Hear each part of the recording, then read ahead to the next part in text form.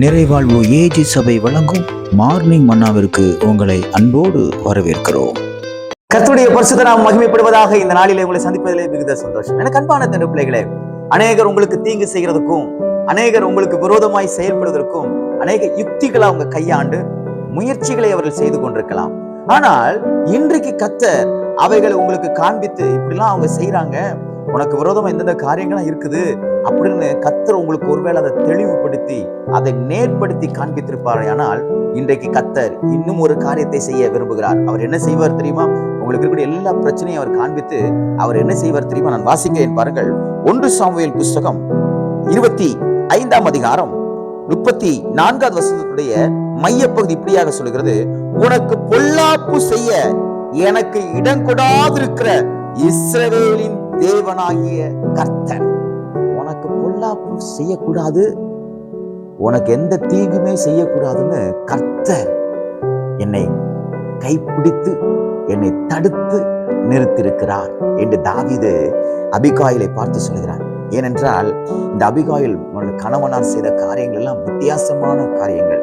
ஆகையால் இவளுடைய ஞானம் இந்த பெரிய தவறிலிருந்து மீட்டெடுப்பதற்கு கர்த்தர் அவளுக்கு உதவி செய்தார். அதே போல இன்னைக்கு உங்களுக்கு யாரெல்லாம் பொல்லாப்பு செய்ய நினைச்சிருக்காங்களோ, அது கிறிஸ்தவங்களா இருக்கலாம், தேவனால் தெரிந்து கொள்ளப்பட்டவங்களா இருக்கலாம், அல்லது உங்களோடு கூட பழகுற, உங்களோடு அன்பா இருக்கக்கூடிய உங்க குடும்பத்தினரா இருக்கலாம், உங்க கூட வேலை பார்க்கிறவங்களா இருக்கலாம். உங்களுக்கு பொல்லாப்பு செய்யணும், உங்களுடைய விஷயங்களை எப்படி எல்லாம் பரப்பணும், உங்களை ஒன்றுமில்லாம பண்ணணும், வாழ்க்கையில நீங்க மேல வரக்கூடாது அப்படி என்று சொல்லி எத்தனை காரியங்களை, எத்தனை யுக்திகளை அவள் கையாண்டாலும் அதை செய்ய தேவன் அனுமதிப்பதில்லை, இடம் கொடுக்க மாட்டார்.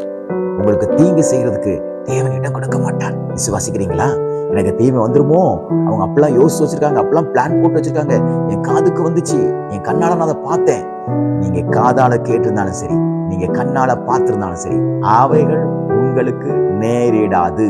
காரணம், அதை தடுத்து நிறுத்தக்கூடிய இஸ்ரவேலின் தேவனாகிய கர்த்தர் கூட இருக்கிறார். கர்த்தர் கூட இருக்கிறார். பயப்படாதீங்க. எனக்கு அன்பான தேடு பிள்ளைகளே, சில காரியங்கள் உங்களுக்கு அப்படி இருக்கலாம், சில காரியங்கள் உங்களை பயத்தை ஏற்படுத்தலாம்.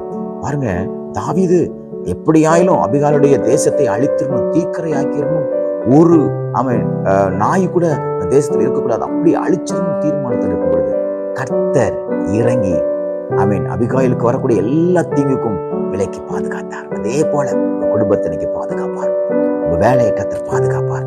எந்த தீங்கும் வராதபடிக்கு தேவன் தன்னுடைய செட்டைகளாலே உங்களை மூடி மறைத்து காத்துக் கொள்வார். உங்கள் சரீரத்தை கர்த்தர் பாதுகாத்துக் கொள்வார்.